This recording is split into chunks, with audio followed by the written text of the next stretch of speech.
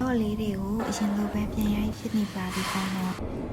breakfast ကိုတော့ဆိုင်မှာပဲဝင်စားလိုက်ပါတယ်စားပြီးတော့အခုတော့ဖျားပါတော့ပါမယ်ရှင်ကျွန်မအခု breakfast ဝင်စားတဲ့ရန်ကုန်ပိုးဆိုင်လေးကတော့ရန်ကင်းမြို့နယ်ကံပဲဘူတာယုံလမ်းတဲ့ကကံပဲတာဝါကွန်ဒိုဝင်းထဲမှာရှိတဲ့ရန်ကုန်ပိုးဆိုင်လေးပဲဖြစ်ပါတယ်ရှင်ဒီကံပဲတာဝါကွန်ဒိုဝင်းထဲမှာဆိုရင် mini city mart ရှိတဲ့စိန်ဆိုင်နေပါလည်းရှိတယ် coffee ဆိုင်နေလည်းရှိတယ်ပေါ့နော်ဖျားသွားမယ်ဆိုရင်ဖျားမသွားခင်အလုပ်ကိစ္စလေးတစ်ခုရှိသေးတာမို့လို့ printing ဆိုင်လေးကိုခဏဝင်လိုက်ပါအောင်မယ်ရှင်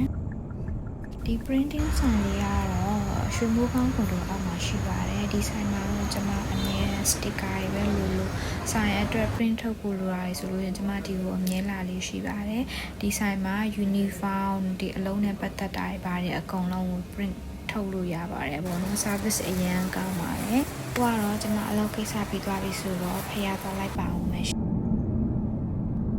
ကျမတို့ရန်ကုန်မြို့ရေးရလေအခုလိုကြတော့အရန်လာတာပဲကျမကားမောင်းလာတဲ့တောက်လျှောက်မှာဗီဒီယိုရိုက်လာတယ်ပေါ့နော်ဒါပေမဲ့အရန်ရှည်လို့မတင်တော့ပါဘူးနောက်တစ်နေ့မှအားတဲ့ချိန်ကြမှာတင်ပေးမယ်အရန်လာတဲ့ရန်ကုန်မြို့ရေးအခုလိုကြည့်လိုက်တော့လေဘလော့လေးတွေမရိုက်တာတစ်နှစ်လောက်ရှိသွားပြီပေါ့နော်အခုတော့ရိုက်ဖို့အချိန်ရတာနဲ့ပြန်ပြီးတော့ရိုက်တော့ပါမယ်ပေါ့နော်ဒီနေ့ကတော့ဘူတထောင်ဖျားလာတာဒါပေမဲ့ရောက်သွားတဲ့အချိန်မှာ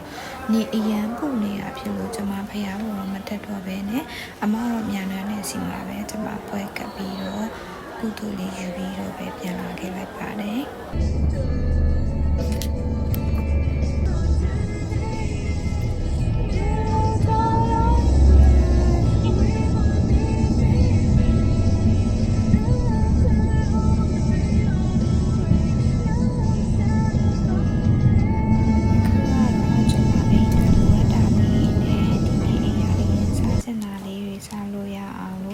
snack တွေကိုမြန်မာပလာဇာက marketplace မှာဝင်ပြီးတော့ဝယ်ဖြစ်တယ်ပေါ့နော်အခုကတော့ကျမအိမ်ပြန်တော့ပါမယ်အိမ်မပြန်ခင်ရန်ကုန်ဘုံမှာဝင်ပြီးတော့ကျမစားကြတဲ့ lunch လေးကိုဝင်ပြီးတော့စားလိုက်ပါအောင်မယ်ပေါ့နော်ပြီးတော့ဆိုင်လေးကိုလည်းဟိုစစ်ဒီစင်းနဲ့ပပလေးလှုပ်ဆရာရှိဟာလေးလှုပ်လိုက်အောင်မယ်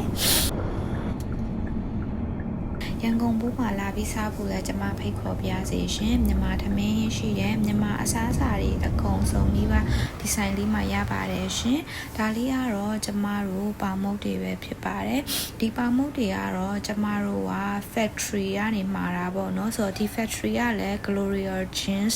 က factory ဖြစ်တာမို့လို့ကျမတို့ပေါမုတ်တွေကတော့လုံးဝစိတ်ချရတယ်ကျမတို့ဆိုင်ရဲ့ဒီ signature ဖြစ်တဲ့ဝါဦးမာလာလေးကိုကျမစားမှာပဲဖြစ်ပါတယ်ရှင်ဒီဝါဦးမာလာထဲမှာပါတဲ့ပဲလေးကတော့ကျမတို့စင်ကာပူကနေတီးတန့်မှာထားတဲ့ပဲလေးဖြစ်ပါတယ်ဒီနေ့ကစနေနေ့ဖြစ်တာမို့လို့ဆိုင်မှာကျမညနေလောက်ထိမနေဘူးပေါ့နော်ကျမကဒီ weekend နေဆိုလို့ရှိရင်အိမ်ကိုစောပြန်နေရှိပါတယ်စောပြန်နေတော့အိမ်မှာ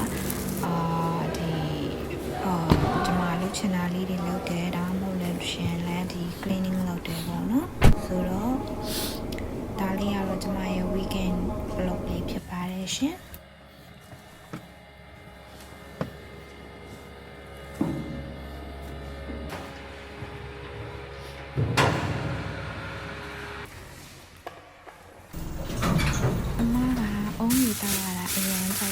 ခုန marketplace မှာအုံးရီပေါ့နော်လုံးဝ fresh ဖြစ်နေတဲ့အုံးရီကိုတွေ့ရမို့လို့ကျွန်မဝယ်လာခဲ့လိုက်တယ်ဝယ်လာပြီးတော့အခုကျွန်မရဲ့ကိုင်တဲ့ပုံမဟုတ်တာကြောင့်အုံးရီကနည်းနည်းအဲ့လိုမျိုးလဲဖိတ်ချင်တယ်လို့ပြောမလားအဲ့အားကြောင့်မို့လို့ကျွန်မခွက်တီတွေကိုပြောင်းပြီးတော့ထည့်လိုက်ပါတယ်ထဲနေနေမှာပဲကျွန်မလက်ကချော်ပြီးတော့ထပ်ပြီးမှောက်ထားပါတယ်ပေါ့နော်ဆိုတော့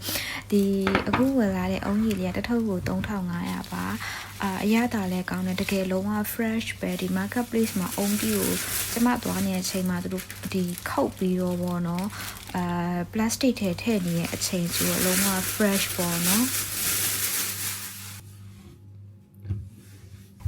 ပြန်လာပြီဆိုရင်ရေအရင်ဆုံးချိုးရမှကျင်တာမို့လို့ရေမိုးချိုးပြရနဲ့ကျမအဝတ်တီရှပ်ကိုလုပ်နေပါပြီ